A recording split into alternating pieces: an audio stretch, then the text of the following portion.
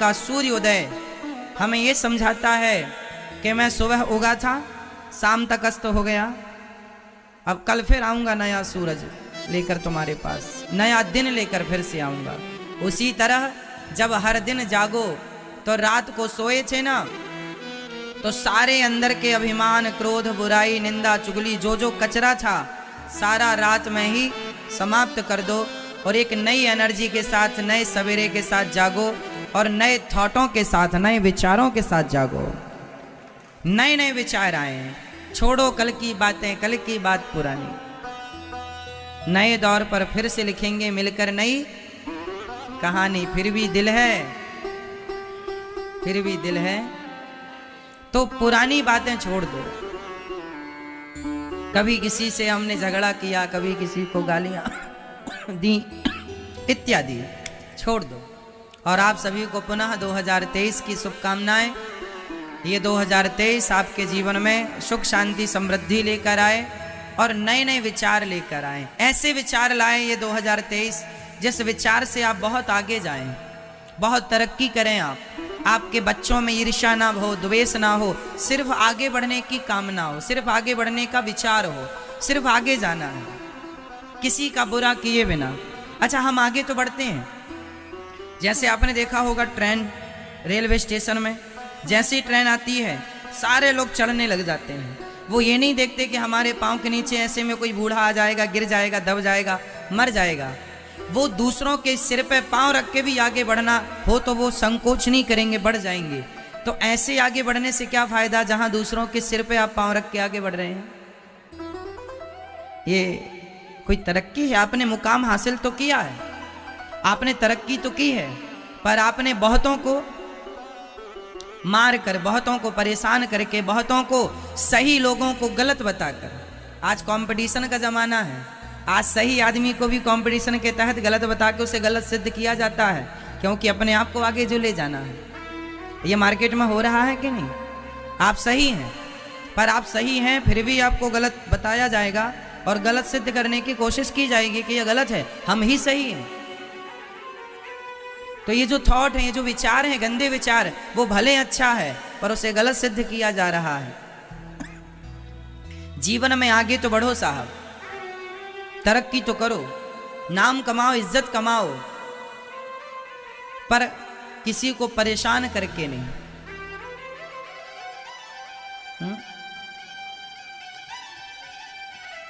किसी के सिर पर और किसी के कंधे पर चढ़कर आप आगे जाएं, ये नहीं।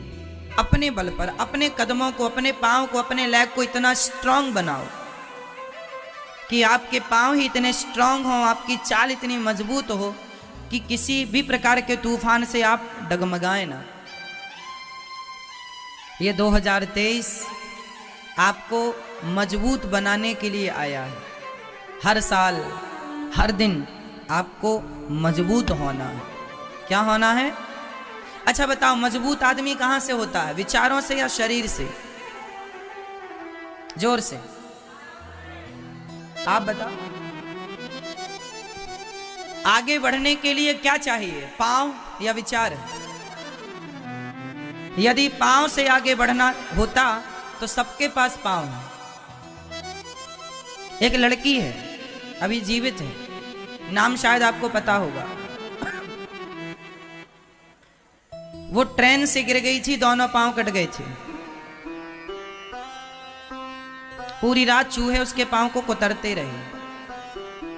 सवेरे किसी ने देखा, हॉस्पिटल ले गए, पांव तो कट ही गए थे ना, और इलाज हुआ, बच गई, लड़की बच गई। जब वो बची तो उसने सोचा कि मैं बच क्यों गई? ट्रेन से गिरी, दोनों पांव कट गए। भाई ट्रेन गर्दन से भी तो गुजर सकती थी, कमर से गुजर जाती, पेट से गुजर जाती, दो टुकड़े हो जाते, मर जाती। पांव से गुजरी है, पांव कट गए हैं पर शरीर बचा। उसने कहा पांव कट गए हैं कोई बात नहीं, भगवान ने बचाया है तो किसी लंबे उद्देश्य के लिए बचाया है। आप आश्चर्य मानेंगे, इतिहास पढ़ लेना उस लड़की का। एवरेस्ट की चोटी चढ़ गई वो लड़की बिना पांव के, और इतिहास रचा है बिना पांव के, नकली पांव लगाकर दौड़ में हिस्सा लेती है। और पांव वालों से तेज दौड़ती है। एवरेस्ट की चोटी चढ़ के उसने इतिहास रचा है। भारत की पहली वो महिला बन गई है जो बिना पांव के एवरेस्ट की चोटी तक पहुंच गई। इसका मतलब क्या है? आदमी स्ट्रांग या कमजोर शरीर से नहीं होता, विचारों से होता। अपाहिज कोई पांव से नहीं होता मेरी मां, अपाहिज विचारों से होता। यदि आपके पांव कमजोर हैं, आप अपाहिज शरीर से हैं, तो कोई बात नहीं, आप फिर भी मुकाम तय कर लेंगे, पहुंच जाएंगे अपनी मंजिल तक बिना पांव के, वैसाखी से ही सही। परंतु आप यहां से खोखले हो गए विचारों से, तो शरीर का अपाहिज होना अपाहिज नहीं है, विचारों का अपाहिज हो जाना, बुद्धि का अपाहिज हो जाना ही सबसे बड़ा अपाहिजपन है। हाँ या ना? इसलिए ये नया साल क्या सिखाएगा कि आप मन से, विचारों से स्ट्रांग बने, मजबूत बने, और जीवन में किसी भी स्थिति में अपने बच्चों को मेरे द्वारा कहा यह पाठ पढ़ाना, जीवन में अपने बच्चों को कभी भी हारना मत सिखाना। जीवन में कितना भी हम परेशान हो जाएं, माना कि समाज हमें परेशान करे, हमारे वर्कर हमें परेशान करें, हमारा शरीर बीमारियों से हमें परेशान करे, फिर भी डिप्रेस मत हो जाना, डिप्रेशन में मत चले जाना।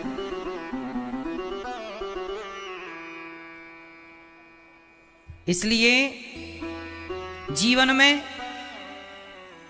एक कमरे में बंद आदमी, बताओ अकेला किसे कहते हैं? अकेला किसे कहते हैं? जो कमरे में बंद है उसे आप अकेला मानेंगे? बोलो, अकेला कौन है? मैं कमरे में बैठा होता हूं तो भी अकेला नहीं होता, कमरे में अंदर होता हूं तो भी मैं अकेला नहीं होता, क्योंकि मैं शरीर से अंदर हूं, अपने विचारों से, अपनी इच्छाओं से, अपने मन से मैं बाहर वहां घूम रहा होता हूं जहां जहां मुझे शांति मिलती है। देखो, मन आपका सबका भटकता है, सिर्फ आपका भटकता है ऐसा नहीं कि मेरा नहीं भटकता, मेरा भी भटकता है। पर फर्क इतना, नए साल की पावन कथा में, नए वर्ष की पावन बेला में, वृंदावन की पावन धरा में आप कथा की गंगा से जुड़ रही हैं। आप सभी लोग बहुत बहुत धन्यवाद के और बधाई के पात्र हैं कि आप अपने नए वर्ष की शुरुआत भगवान की कथा से कर रहे हैं, भगवान की चर्चा और भगवान के चरित्र से कर रहे हैं। और आज बधाई देना है कि आज YouTube पर 97 लाख लोगों का परिवार आज ही पूरा हुआ। कितने लाख लोगों का मेरी माँ? YouTube पर 97,02,047 लोगों का परिवार पूरा हुआ। आप भी YouTube पर अनिरुद्धाचार्य सर्च कर सकते हैं और अनिरुद्धाचार्य नाम के चैनल को सब्सक्राइब कर सकते हैं। ऐसे YouTube पर अनिरुद्धाचार्य टाइप करें और चैनल को सब्सक्राइब करके और शेयर करें, सब तक कथा पहुंचाएं। देखिए, आप में से एक भी व्यक्ति ने चैनल को सब्सक्राइब करके शेयर किया तो पता नहीं कथा कहाँ तक पहुंचती है। और कथा का प्रभाव ये होता है कि जो लोग, बहुत सारे लोग जो भगवान को नहीं जानते, नहीं मानते, वह भी कथा से जुड़ जाते हैं और अपने जीवन को संवार लेते हैं। तो आप भी चैनल को सब्सक्राइब कर दीजिएगा। आप जैसे ही चैनल को सब्सक्राइब करेंगे, अपने आप अचानक आपका सब तक कथा पहुंचाएंगे तो ये देखिए, यहाँ दिखने लग जाएगा कि आपने चैनल को सब्सक्राइब किया है। प्रिय भक्तों, ये जो पावन सी कथा है ना, ये हमारे जीवन की व्यथा को मिटाने वाली कथा है।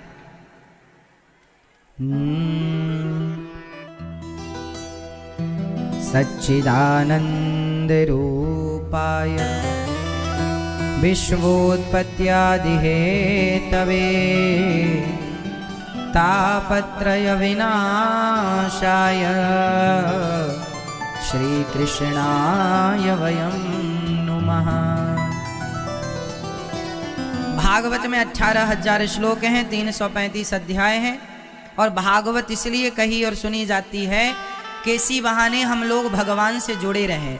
देखो, अच्छे विचारों से जुड़ने के लिए क्या करना पड़ेगा? सत्संग।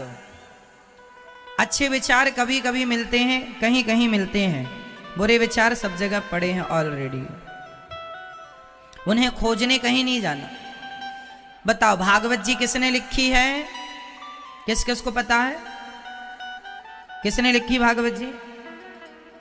आप बताओ, भागवत जी किसने लिखी है? हाँ, किसने? हाँ मैया, ठीक कह रही हो आप। भैया बताओ, भागवत जी किसने लिखी है आपसे? हाँ, आप बताओ। भागवत जी लिखी है श्री वेदव्यास जी ने। वेदव्यास जी कौन है? भगवान के अवतार हैं। भगवान के कितने अवतार हुए हैं? टोटल 24, जिसमें एक अवतार है भगवान के श्री वेदव्यास जी, जिन्होंने 18 पुराण लिखे। देखो, प्रकट किए हैं। पुराण तो अनादि हैं, प्रकट करते हैं महापुरुष। जब प्रलय हो जाता है तो सब चीज़ें भगवान में जाकर लीन हो जाती हैं। फिर भगवान स्वयं प्रकट करने के लिए किसी न किसी रूप में अवतरित होते हैं। तो भगवान की कितने अवतार हैं? भगवान के 24।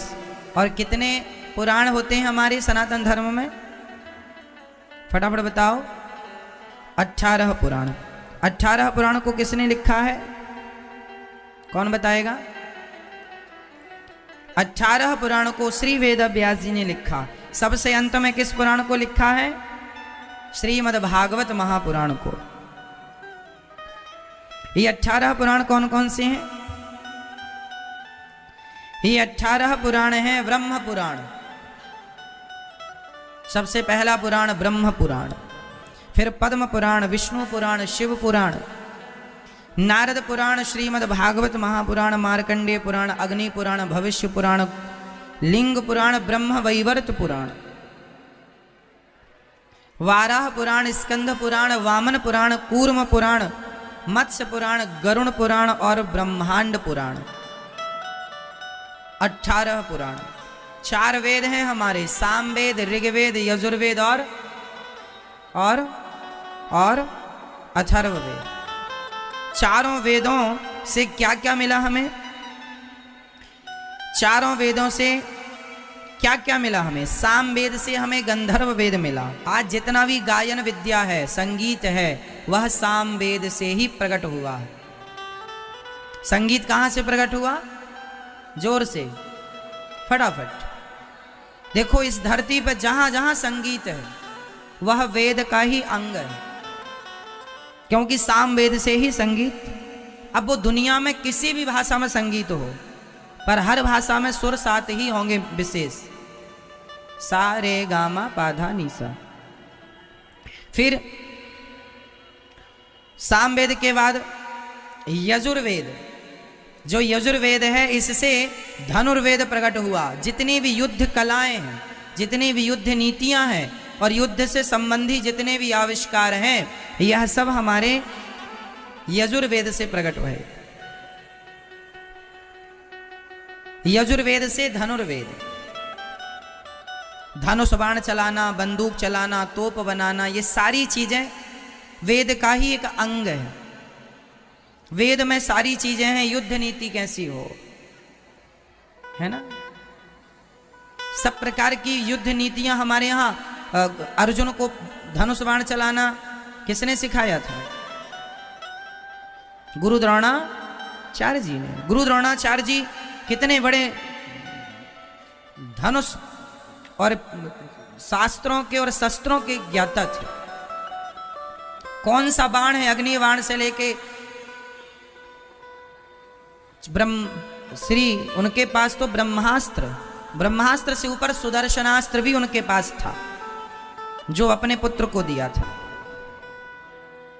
अश्वत्थामा को। अर्थ क्या निकला? ये सब वेद का ही अंग है। ऋग्वेद से आयुर्वेद। आज जितने भी मेडिसिन दवाइयां हैं, उपचार है, चाहे कोई भी उपचार हो, किसी भी प्रकार का चिकित्सा हो, आयुर्वेदिक हो, होम्योपैथिक हो, एलोपैथिक हो, हर चीज कहीं ना कहीं ये हमारे वेदों की देन है। भगवान शंकर जी ने अपने पुत्र के सिर पर हाथी का सिर लगा के सबसे पहली सर्जरी की थी कि नहीं? बोलो हाँ या ना। तो सबसे पहले सर्जन भगवान शंकर हुए कि नहीं? बोलो हाँ या ना। कई लोग कहते हैं कि हाथी के सिर कैसे लग जाएगा आदमी के सिर में? भाई तुम्हारे लोग नहीं लगा सकते, हमारे भगवान तो सब कर सकते हैं। कर तुम अकर तुम अन्यथा कर तुम सर्व सामर्थ्य। भाई सब हो सकता है ना। भाई शंकर जी सर्जन है, आदमी के धड़ पर हाथी का सिर लगा देना ये चुनौती है। इस चुनौती को भगवान शंकर ने स्वीकार किया और चरितार्थ कर दिया, मीन्स ठीक कर दिया, जीवित कर दिया। आज के डॉक्टर कर ले, मतलब आप जो नहीं कर सकते वो भगवान ने ऑलरेडी पहले करके दिखाया है कि ज्यादा घमंड ना पालना कि हमने सब कर लिया। शंकर जी ने 2 सर्जरी की, ससुर जी की भी की। दक्ष प्रजापति बकरे का सिर लगाया था, तो बकरे का सिर भी पॉसिबल है, और पर ये विद्या नहीं है। आज का कोई डॉक्टर नहीं कर सकता कि आदमी के सिर पे आप हाथी का सिर जोड़ दें। हाथी इसलिए ये हुआ। तो ऋग्वेद से आयुर्वेद और अथर्ववेद से स्थापत्य, मीन्स अथर्ववेद से जितनी भी इंजीनियरिंग निकली है, जितनी भी टेक्नोलॉजी हम कहते हैं, हम जितना भी अर्थशास्त्र कहते हैं, अथर्ववेद मीन्स अर्थशास्त्र। आज पूरा देश किस पर डिपेंड होता है? अर्थशास्त्र पर, अर्थ पर। जिसके पास ज्यादा अर्थ, अर्थ मीन्स पैसा, अर्थ मीन्स सोना, अर्थ मीन्स चांदी, अर्थ मीन्स, तो जिसके पास जितना अर्थ है मीन्स जितना धन है, वह राजा उतना, वह देश वह उतना समृद्धवान है। हमारे देश में इतना बढ़िया अर्थ था कि दुनिया हमारे देश को सोने की चिड़िया कहती थी।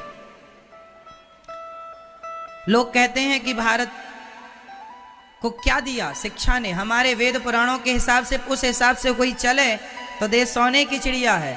अब ये अंग्रेजों की पढ़ाई शिक्षा, आज लोग कहते हैं ना हमारे देश में रोजगार नहीं है, नौकरियां नहीं है, हमारे देश में ये नहीं है वो नहीं।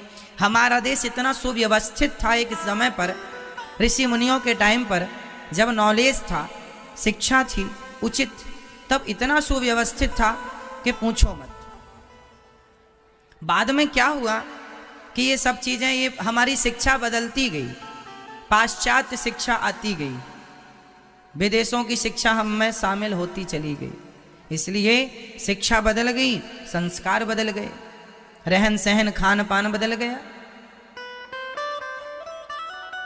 और जब ये सब चीजें बदली तो आपने देखा कि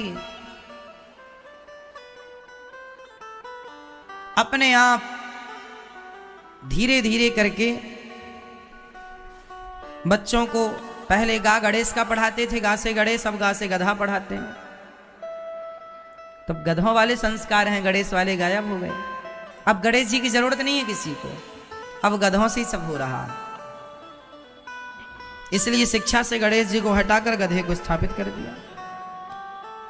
तो ये सब हमारे वेदों की देन है, जो हमारे वेद हमें अच्छा बनाकर गए, पर हमने उन वेदों की, उन पुराणों की, उन ऋषि मुनियों की बातें नकार दी, अपने मन की चीजें घुसा दी, जिससे व्यवस्थाएं बिगड़ रही हैं, सोच बिगड़ रही है। अच्छा एक बात बताओ, रामचरितमानस में एक चौपाई है, मैं बोल के बताता हूं, आप मुझे उसका अर्थ समझाना। फटाफट सुनिएगा। प्रात काल उठ के रघुनाथा, मात पिता गुरु नावहि माथा। इसका अर्थ बताओ। प्रात काल उठ के रघुनाथा, सबसे सरल चौपाई है ये पूरी रामचरितमानस में। प्रात काल उठ के रघुनाथा, मात पिता गुरु नावहि माथा। इसका क्या अर्थ है? इसका अर्थ ये हुआ कि भगवान राम सवेरे जल्दी उठ के मात पिता गुरु तीनों को प्रणाम करते हैं, तीनों को अपना माथा नवाते हैं। ये राम जी के क्या है? संस्कार। ये राम जी के क्या है? अच्छा ये बताओ, ये चौपाई रामचरितमानस की है। अब आप इस चौपाई को याद कर लो, प्रातः काल उठ के रघुनाथा माता पिता गुरु नावई माथा, और याद करके इसका जाप करो। प्रातः काल उठ के रघुनाथा माता पिता गुरु नावई माथा, जपो, पाठ करो, याद करो, सबको सुनाओ। प्रातः काल उठ के रघुनाथा माता पिता गुरु नावई माथा। तो बताओ, याद करने से, इस चौपाई का जाप करने से, इस चौपाई को लोगों को सुनाने से परिवर्तन होगा, या सो चौपाई के अनुसार आप अपने स्वभाव को वैसा बनाएं तो परिवर्तन होगा। इस चौपाई में जो लिखा है वो हमें याद नहीं करना, बताना अच्छी बात है, बट उसे अपने जीवन में क्या करना है? जोर से, जोर से चरितार्थ अप्लाई करना, उसे जीवन में उतारना है। हाँ या ना? क्या उतारना है? कि हमें भी सवेरे जल्दी जागकर, हमें भी सूर्योदय का दर्शन करके, नहा के, पूजा करके अपने माता को, पिता को, इष्ट को, भगवान को, इस चौपाई का यही अर्थ है ना। लेकिन आजकल लोग केवल इस चौपाई को याद करके गाते हैं। तो गाने से क्या होगा? गाते रहो, याद कर लो, पूरी रामायण याद कर लो, क्या हो जाएगा उससे? याद करने से कल्याण होता तो हम सब याद, तोता भी याद कर लेता है। फिर तो यदि याद करने से काम हो जाए तो सब ने याद कर लें। याद करना समाधान नहीं है साहब, मेरी मां, याद करना समाधान नहीं है। समाधान क्या है? कि जो आपको पता है, जो थ्योरी आपको पता है, जो चौपाई या श्लोक का अर्थ पता है, जो सच्चाई पता है, उसे आप जीवन में चरितार्थ करें। क्या करें? चरिता उतारें, जीवन में अप्लाई करें। समझ रहे हैं दादाजी? तब आप सवेरे सवेरे माँ बाप के पांव छूते हैं। आपकी माता है, जब जिंदा थी तब छूते थे रोज। तो आप लोग रोज छुआ करो पांव, रोज सेवा किया करो। किस किस की माँ भी जिंदा है? ओ मोबाइल वाले भैया, आपकी माँ है? हाथ उठाओ यदि माँ है तो बताओ, पांव छूते हो अपनी माँ के रोज?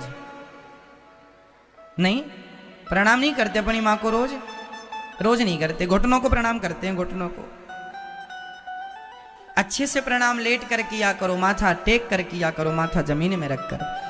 ये राम जी सिखा रहे हैं, रामचरितमानस सिखा रही हैं। अब याद कर लो, आप कुछ नहीं होगा।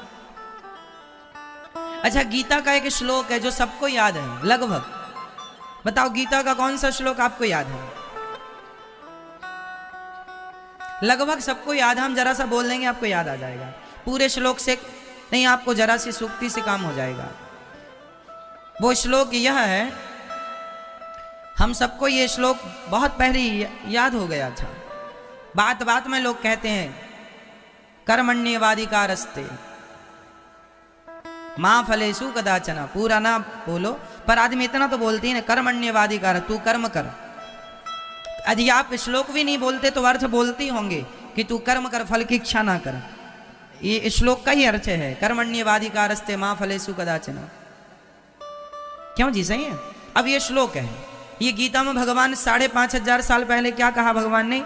कि कर्म कर, फल की इच्छा ना कर, कर्म में मन लगा। लेकिन आजकल के लोग बस वही बात नहीं मानते जो भगवान ने कही और जो ठीक है। बस वो फलाने बहुत तरक्की कर गया है ना, उसको कैसे नीचे गिराएं, कैसे उसको परेशान करें, ये प्लानिंग दिमाग में चल रही है और माला जप रहा है। भगवान खुश हो जाएंगे?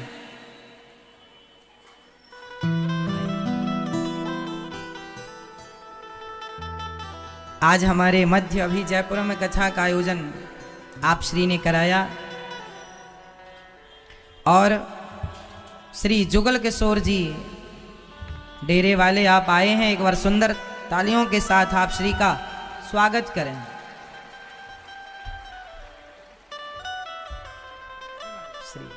श्री जुगल किशोर जी। अभी जयपुर की कथा किस किस ने सुनी थी? आपने टीवी पर, यूट्यूब पर जयपुर की कथा आप श्री ने कराई थी।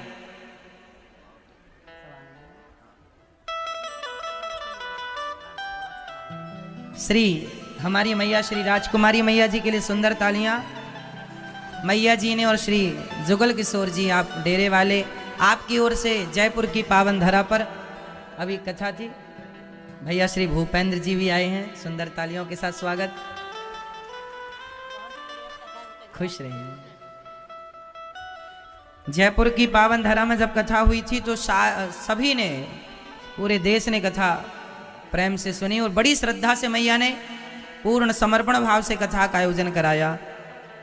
मैया ने स्वयं बहुत बड़ा ध्वज झंडा लेकर के, जो 10-12 किलो का था, लेकर के पूरी यात्रा पर मैया चली और पूरा हाथी घोड़े शोभा यात्रा में मैया ने विशाल रूप से कलश यात्रा शोभा यात्रा अद्भुत कार्य किया था। सुखी रहिए बिराजी। तो निर्मल मन जन सो मोहि पावा, मोहि कपट छल छिद्र ना। आगे बोलो आप मेरी माँ। निर्मल मन जन सो मोहि पावा, मोहि कपट छल छिद्र न भाव। अच्छा, इसका मतलब क्या है? हमने कहा कि सच बोलना चाहिए, माला जपना सही है या सच बोलना सही है? तो आपने क्या उत्तर दिया? सच बोलना। तो क्या इसका यह अर्थ निकला कि माला ना जपें? नहीं, मेरी बात का यह अर्थ नहीं है। आप ये अर्थ मत लगाना कि माला नहीं जपना है। भगवान का नाम तो जपना ही है, भगवान का चिंतन तो करना ही है। पर भगवान का चिंतन करने वाला यदि झूठ बोलेगा तो फिर सच बोलने वाले कौन होंगे ये बताओ? सच बोलने वाले फिर कौन होंगे? जो भगवान को नहीं मानते, जो भगवान को नहीं जानते, वो लोग झूठ बोलें तो समझ में आता है कि ये धर्म का ज्ञान नहीं है। पर आप धर्म का ज्ञान रखने वाले भी आप कपट करेंगे, आप छल करेंगे, आप ही चुगली करेंगे कथा सुनने वाले, तो फिर ये बताओ, फिर धर्म किसके कंधों पर रहेगा? फिर धर्म की लाज बचाएगा कौन? माँ बाप की आज्ञा का पालन राम जी ही ना करते तो फिर बताओ करता कौन? इसलिए राम जी ने की। इसलिए माला जपना अच्छा है, भगवान से प्यार करना, चिंतन करना अच्छा है। पर देखो ना, आप भगवान के भक्त हैं। वृंदावन में जब कोई माला लिए घूमता है, तिलक लगाए घूमता है, तो लोग उस पर आंख बंद करके विश्वास कर लेते हैं, अरे ये आदमी अच्छा होगा, ये सज्जन होगा, ये माला जप रहा है, ये भगवान को जानता है, ये तिलक लगाए हैं, ये माला कंठी धारण किए हैं। वो आदमी अन्य लोगों की अपेक्षा आप पर ज्यादा विश्वास करता है, क्योंकि आपके गले में माला है, आपके माथे पर तिलक है। और सोचो आप उसे धोखा दे देंगे तो फिर वो विश्वास किस पर करेगा? क्यों? इसलिए भगवान के भक्तों को भगवान की ये लाज रखनी चाहिए कि भगवान के होकर तो कम से कम झूठ कपट का त्याग कर दो, छल का त्याग कर दो। अब तो सच्चे हो जाओ, अब तो तुम सच्चे भगवान से जुड़ गए हो। आज तिलक लगाने वालों पर, बाबाओं पर, भगवान का नाम जपने वालों पर लोग विश्वास क्यों नहीं करते? क्योंकि ये लोग तिलक लगा करके भी, माला कंठी पहन करके भी धोखा करते हैं, झूठ बोलते हैं, छल करते हैं। इसलिए देश में, सनातन धर्म में साधु संतों से लोगों का विश्वास कम हो गया। हाँ या ना? क्योंकि उस तिलक की कोई मर्यादा ही नहीं रखी इन लोगों ने। अब हम तिलक लगाकर इस वेशभूषा में जाकर चौराहे पर खड़े होकर पानी पूरी खाएं, क्या शोभनीय है? बताओ। अरे हम तो आपको कहते हैं कि भगवान को भोग लगाकर खाना चाहिए, सात्विक खाना चाहिए, और हम बताने वाले ही गलत रास्ते पर चलेंगे तो फिर मानने वाले मानेंगे क्या? आप लोगों का क्या होगा फिर? इसलिए जिम्मेदारी आपसे ज्यादा हमारी है। हम जैसे लोगों की है कि यदि हम सत्य की बातें आपको बता रहे हैं, धर्म का बोध करा रहे हैं, तो हमारे अंदर प्रथम रूप से धर्म विद्यमान होना चाहिए। जब धर्म हमारे अंदर होगा तो हमारे आचरण से आप सीखेंगे और अपने आचरण में उतारेंगे। आज समाज हमारे हिंदू धर्म में, सनातन संस्कृति में सबसे बड़ी विडंबना ये रही कि जिन्हें, चलो हम देखो उन मूर्खों की तो बात नहीं करते जो अज्ञानी, चलो देखो कोई आदमी चोरी कर रहा, उसे सामान्य आदमी को माफ किया जा सकता है, अरे से तो ज्ञान ही नहीं है कि चोरी क्या होती है और ईमानदारी क्या होती है। सामान्य आदमी को माफ किया जा सकता है, चोरी करता हुआ पकड़ा गया तो माफ, चल भाई अब नहीं करना, 2 थप्पड़ मार के चल जा, अब नहीं करना, क्योंकि उसे ज्ञान नहीं है।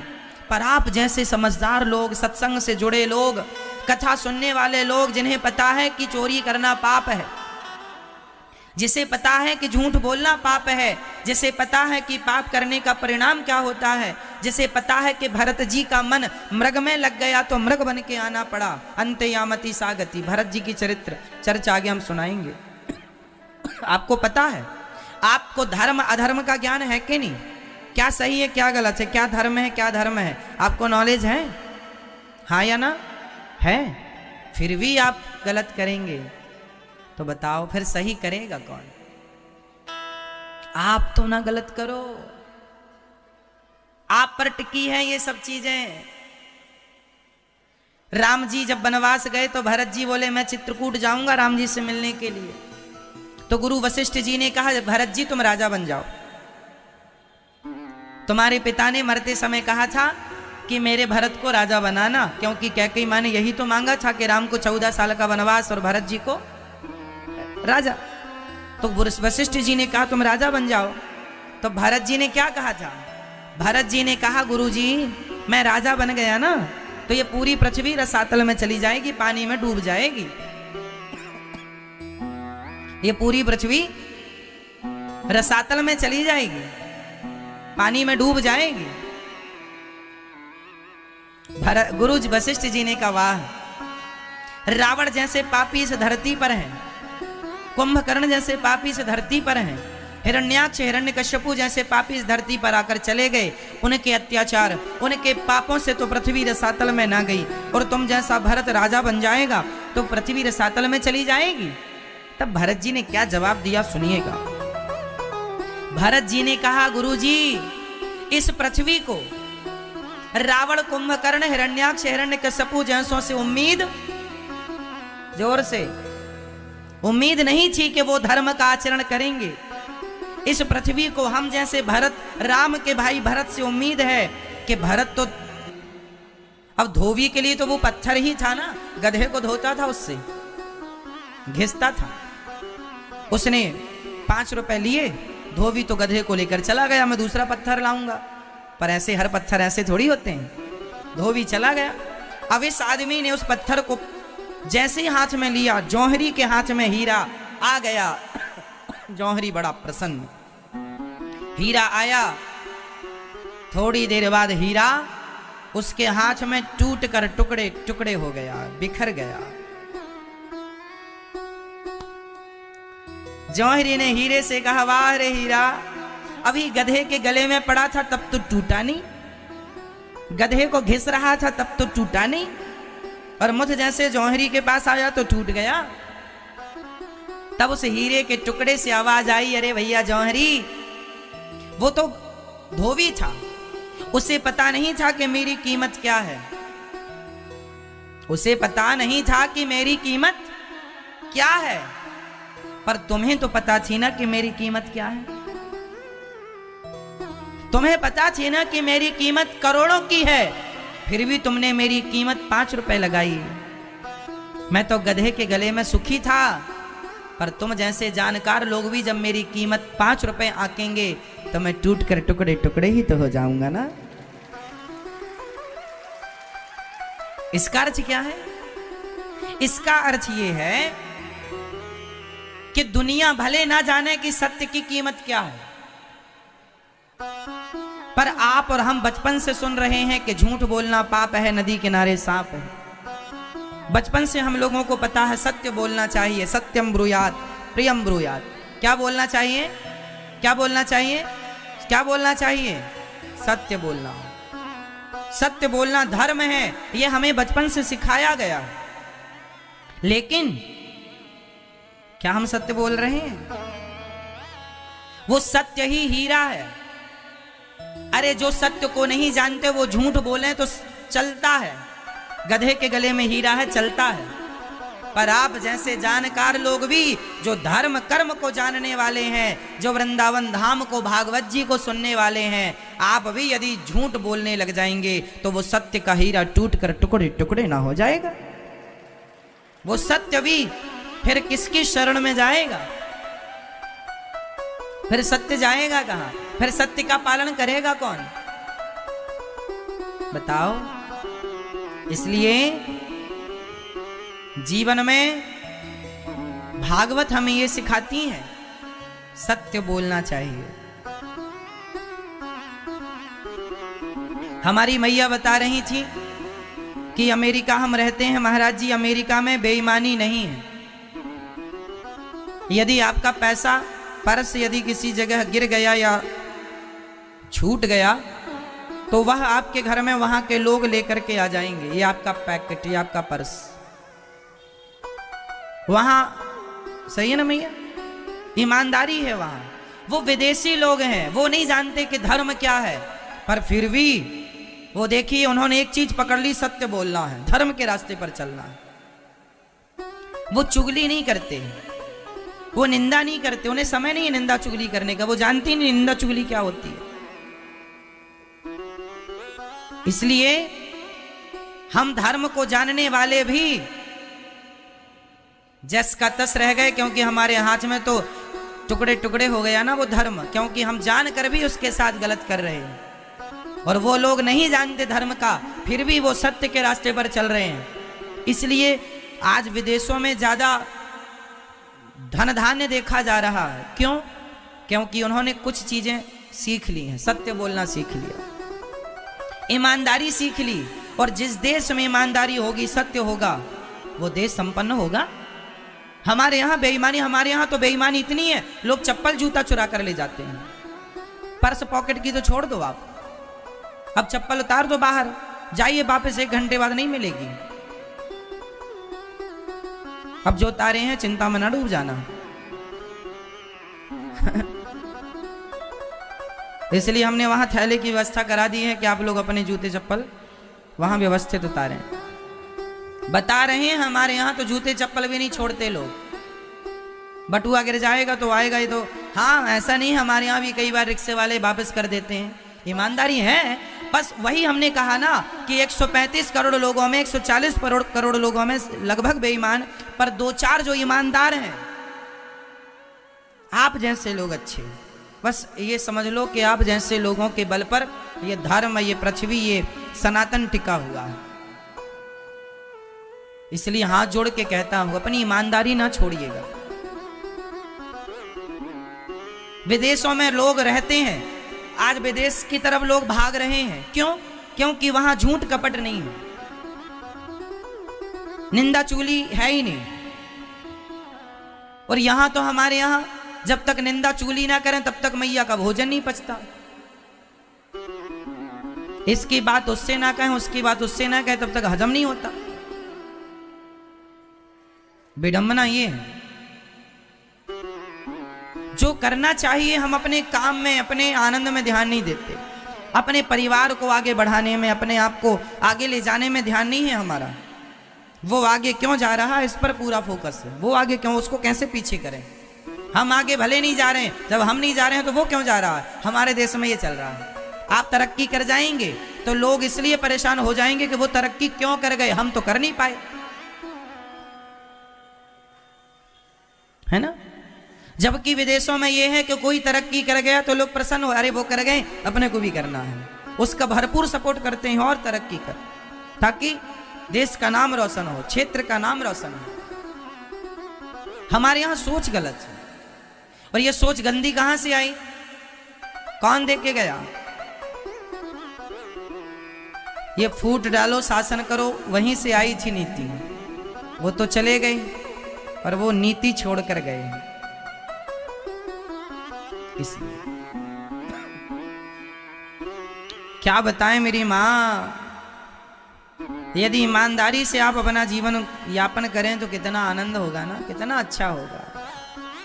भगवान कैसे हैं सच्चिदानंद रूपाय। तो आज मुझे बताओ कितने लोग आप में से सत्य को नहीं जाने देंगे। जमाना झूठ बोले तो बोले, आप नहीं बोलेंगे, कौन कौन मेरी बात मानेंगे। जमाना बोले तो बोले, हम नहीं बोलेंगे। जमाना चुगली करे करे, जमाना उल्टा काम करे करे, हम नहीं करेंगे। हम जानते हैं धर्म क्या है, हम जानते हैं भगवान क्या है, हम जानते हैं कि मानव तन हमें क्यों प्राप्त हुआ है। सच्चिदानंद रूपाय विश्वोत्पत्त्यादि हेतवे। सतचित आनंद, ईश्वर कैसे हैं? सतचित आनंद, भगवान सत्य है।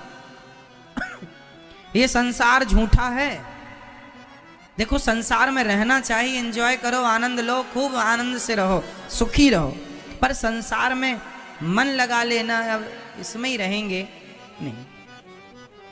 सच्चिदानंद रूपाय। अच्छा ये बताओ, ट्रेन पटरी पर चलती है, ट्रैक पर चलती है,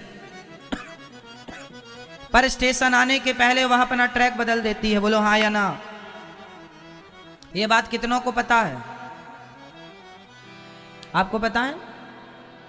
स्टेशन आने के पहले वह अपना हाईवे छोड़ देती है और जो प्लेटफॉर्म वाली पटरी होती है, ट्रैक होता है, वो उस पर आ जाती है। हाँ या ना? ऐसा होता है? बोलो हाँ या ना। मैया बोलती नहीं हो मेरी माँ। सुनो ध्यान से ना, चुप्पी चाप बैठना मेरी माँ, शोर ना करना। रेल चलती है ट्रैक पर, पटरी पर स्टेशन पहुंचने के पहले ना वह पटरी छोड़ देती है जिससे वो चलकर आई थी। उस ट्रैक को छोड़ करके वह प्लेटफॉर्म वाले ट्रैक में आ जाती है। स्टेशन मास्टर जिस प्लेटफॉर्म पर लाना चाहे ट्रेन को उस पर ला सकता है। Platform number 1, platform number 2, platform number 3, platform number 4, जहां ले जाना चाहे वो स्टेशन मास्टर।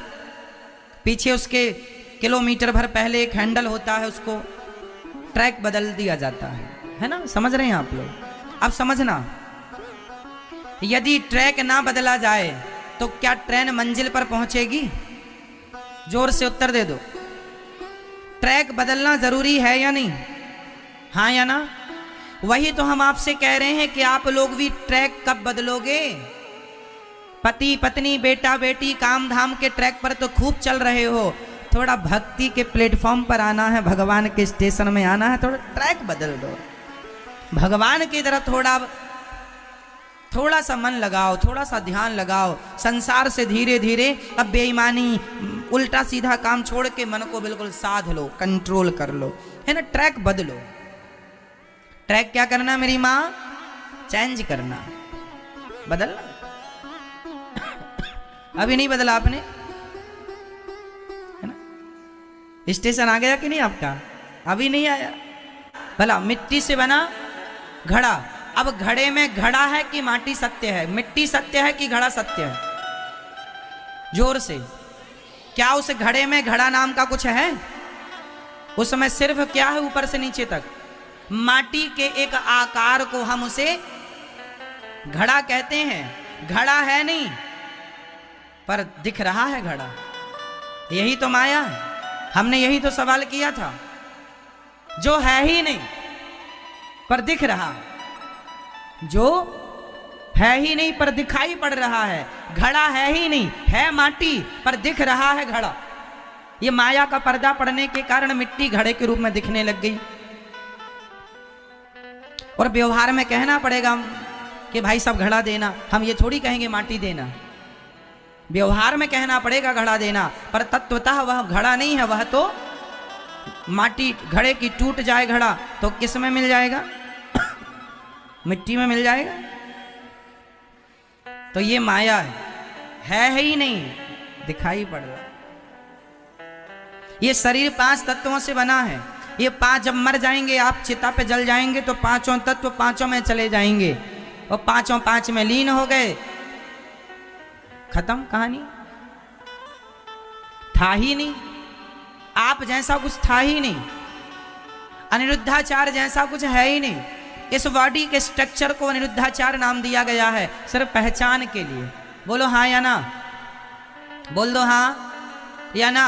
अनिरुद्धाचार नाम का क्या है? ये बॉडी में बताओ किस अंग को आप कहेंगे अनिरुद्धाचार? यदि आप मेरे हाथ की फोटो देखें तो आप कंफ्यूज हो जाएंगे, नहीं पहचान पाएंगे ये हाथ किसका है। सिर्फ आप मेरे सिर की फोटो देखें यहाँ से लेके ऊपर तक, आप नहीं पहचान पाएंगे कि सिर किसका है। आप मेरे हाथ की फोटो देखें, आप नहीं पहचान पाएंगे। जब संपूर्ण बॉडी को देखेंगे तब आप पहचानेंगे कि हाँ ये अनिरुद्धाचार है। या फेस देखेंगे, ओनली फेस, सिर्फ आप फेस देखेंगे तो पहचान लेंगे, पर शरीर का और भी कोई अंग आप देखेंगे नहीं पहचान सकते।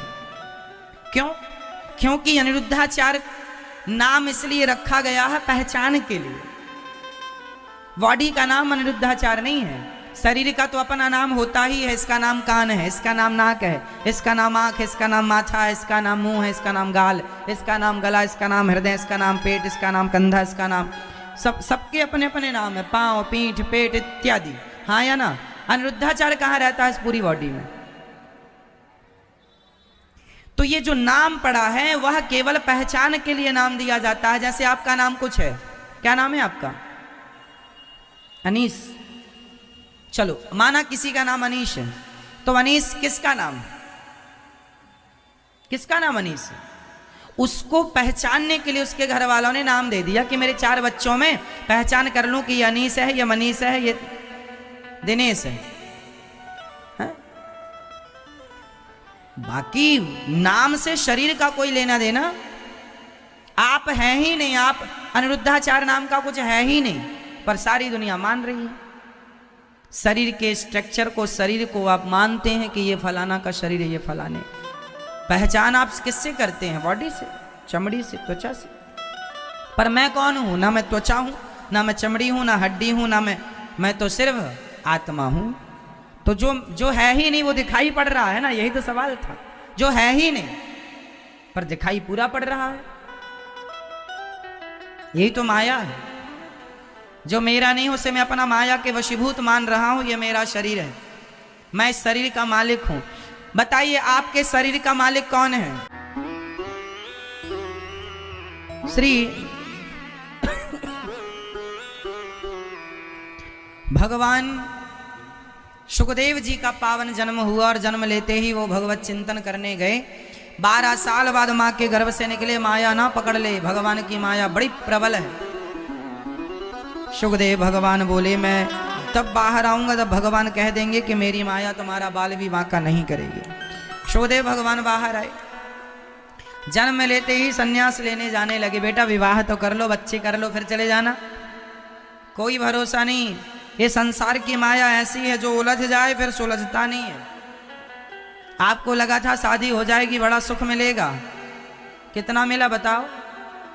बोले बच्चे हो जाएंगे तब सुख मिलेंगे, बड़ा सुख मिलेगा।